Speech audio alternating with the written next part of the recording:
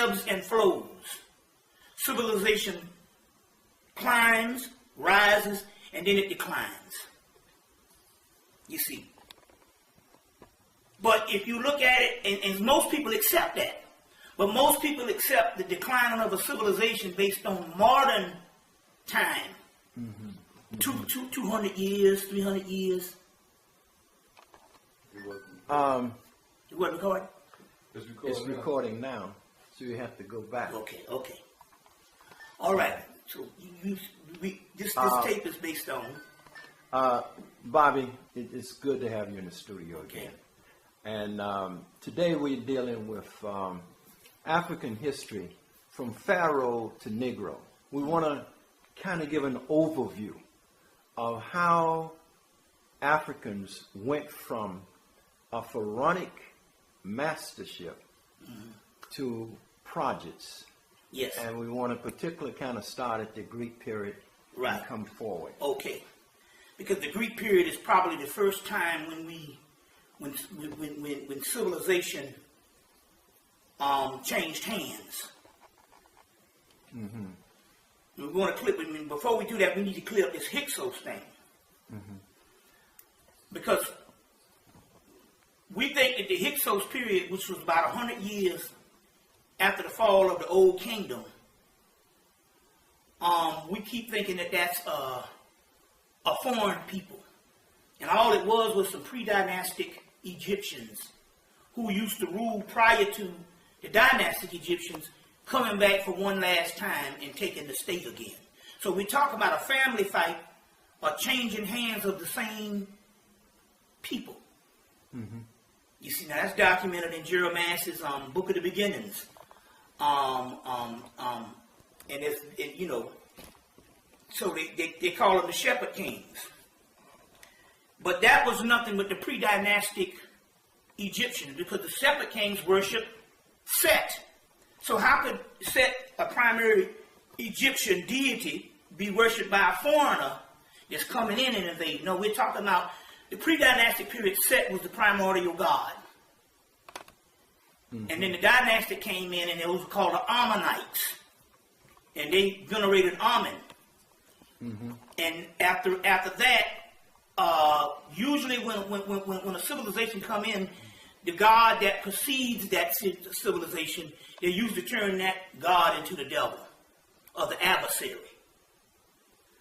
And I think we have to rethink this whole Set and Osiris thing, because these are polarities. Because if you notice, if you see Pharaohs, a lot of Pharaohs are standing between Horus and Set, or Osiris and Set. So when we go back, we can't even look at the deity system or the mythology and try to reference it with biblical things. You know, God, devil, this, that. You know, the concepts was different. Sometimes we substitute. We try to look at these ancient principles with a modern mind. And it didn't mean that a lot of times. We'll get into some of that, but can you clarify when you say these ancient principles with a modern mind? You're talking about before the Bible, before that. Yes, how old? What kind of time are we talking about? They say when you get to so many years, there's a whole other group of principles that preceded that. So it's incalculable time. And these were African people. These are African people. You see, these are African people. Now remember now, because a lot of times, if we don't have documents on it, doesn't necessarily mean it didn't exist. It's just that you had traditions where there were oral traditions. And we see that now, what's left over with the griots. You see what I'm saying? Because we had detailed files. You see. And so it was nothing if your brain, you know, usually now we need the writing and stuff because we only use, what they use, how many, 10% of the whole brain now in the modern society?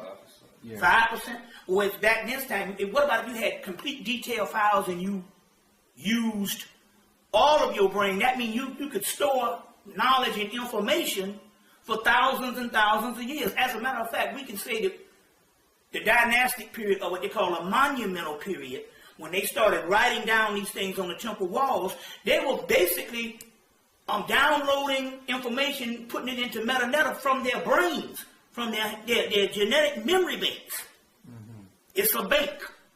You see, genetic memory bank. So when you see all of that grandiose stuff you see in Kemet on those walls, and like John Henry Clark said, they stomped their foot. They wrote about it. Mm-hmm. But this stuff was coming from inside out. You see, so when you're talking about history, when you're talking about history, we're talking about a phenomenal amount of time. Like in so many words, when we have these concepts, a lot of people look at our history and think it's a tragedy. And they asked Dr. Ben this question back in 1991. Well, if we were so great, why did we fall? And Dr. Ben said, no, time ran out. Mm-hmm. But they're still thinking on a modern thing based on time, where civilization is only 200 years. You do good if you get 300 years out of a civilization, because they ebb and flow, they rise and decline so fast. But if you understand that the ancient Egyptians said we got 10,000 years of, this is Manetho's history, of 10,000 years of dynastic and pre-dynastic rule. And they say, well, who used to rule before then? They say that's when a whole bunch of gods used to rule. So that's a whole nother period of us in even a greater stage that we declined from on into the monumental phase. So when we got to the monumental phase, when we started building to make the actual monuments, it meant that we started deteriorating in a particular aspect based on memory, which means this. We could no longer calculate thousands and thousands and thousands of history in our brains. Because it's just like any race that stays around for thousands and thousands of years. It's just like an old person gets senility, senile. Mm-hmm. So what we did is we started making records, you see, to calculate the detailed files that was in our brains, the detailed files of history, and put them on the monumental phase and the papyrus phase. So the simple fact that we would have this stuff when we eventually run out of this time and become what they call laggards. It just means a person that's been around so long until it goes into remission. It goes into a dormancy state. Mm-hmm. And that's what civilizations do. This guy, Maurice Carterell's book, Tutankhamun Prophecies, tells a story on how when a civilization rises, the sun emits a certain amount of rays for that civilization's melatonin levels to rise to a certain level, and they are able to do all of this great stuff for so many years, probably shorter now with the civilization, but thousands of years for us, because we're not with us on the planet. So we do these great things and build these monuments and do all this godlike stuff, because the sun is beaming a certain ray to raise that civilization up based on the melatonin levels. Mm-hmm. And then when everything down here ebbs and flows, when it's time for that ray to go to another civilization or go do something else and stuff, the rays emit someplace else and the melatonin levels fall. Mm-hmm. And that person goes into dormancy, because melanin is nothing but records, Akashic records. The word Akash means blackness. Mm-hmm. It's called Siddhakash. So in so many words, what we're talking about here with us, fortunately, it lasted for thousands and thousands of years. So when Dr. Ben said, time ran out, he was not talking about 200 years. You see what I'm saying? He was talking about taking a recess after dominating the earth and dominating history. You see what I'm saying? And when I say domination, I'm not talking about dominating over people. I'm talking about dominating civilization. Dominating history at a certain point. Then it's time to go to a recess. So we can first say that this recess started happening with the influx of the Greeks. But I take another history. There's other things that's actually happening now, because if we were masters and we knew, because we do have papyruses, we have the Hermetic text and all this type of stuff that was translated into Latin and Greek. It said that we knew we was going to decline, and go in this dormancy state 5,000 years before it happened. So if you knew something was going to happen 5,000 years before that time, then you prepare for that. And this is where the Greek stuff comes in. We look at sometimes history, and we look at history looking back, but we don't know the concepts of what the people was actually doing when they was actually going through that particular history. So let me give you another take on what I mean by that. I think that the Greek period and the Roman period was a necessity. Now, this is what I mean by that. First of all, when I asked the question in the spirit realm, and I asked the question, well, why did you let the Greeks into the Egyptian educational system, Egyptian educational system? And the first thing I asked was, why did you let white people into the Egyptian educational system? They say, no, the spirit realm said, no, we never let white people into the educational system. I said, but you let the Greeks in. They said, yes. Then what are they trying to say? They're trying to say that the Greek civilization was a black civilization. Now, we do know now that they just convened in the late 1990s. They wrote a book called East Face of Helicon. These are Oxford of Cambridge.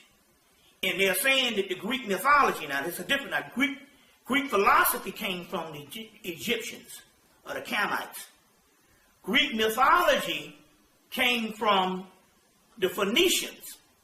The Phoenicians is where you got Carthage and later on Libya, that part of Africa. Those were pre-dynastic Egyptians. Black.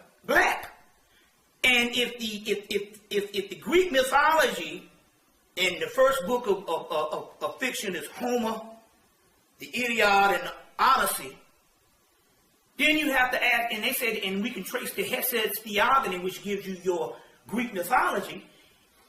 And the people at Oxford University in 1999 or 1998 concluded that this stuff origins comes from the Phoenician, which they even traced Athena. Now, Athens is supposed to be the great citadel of Greece, one of the central places that is named after Athena, Athens. Well, Athena is a god that they trace from Libya, which would be modern-day Libya, earlier Carthage, and even earlier Phoenicia, which means that it goes right in hand. They said that the Greek mythology came from Phoenicia, and they traced the Athena to Libya, and Athena is an Egyptian god called Neith in Egypt, and she's the form of Mayat, and they're now calling her, celebrating her as an African goddess, and she's supposed to be the central goddess of Greece. It meant that the civilization of Greece had to be a Phoenician civilization. Up until the point that they entered Egypt, by the time that that period of Greek, the Greco period, but it was called the Ptolemy period. Yes. Those were black people. So now, somewhere in the last 2,000 years, we got the Europeans that came in and usurped the black culture. Now, where did these Europeans come from? Well, Indo-Europe. You see what I'm saying? And see, this is some stuff about history that we have to understand something. Because if the Greek period was actually black, and you can go to Greece today, and here go again, you can go there and they sequester these people, the original people of the land. I met a Greek that was darker than me. And he said, my people have been on the land for thousands of years. When they went to Iraq, when they had the Iraqi war, the Washington Post had to print an explanation of why there's these black people in Iraq, you see, that's been there, Fallujah and all these particular places in Iraq, it's been there. So and so when the soldiers start asking these questions,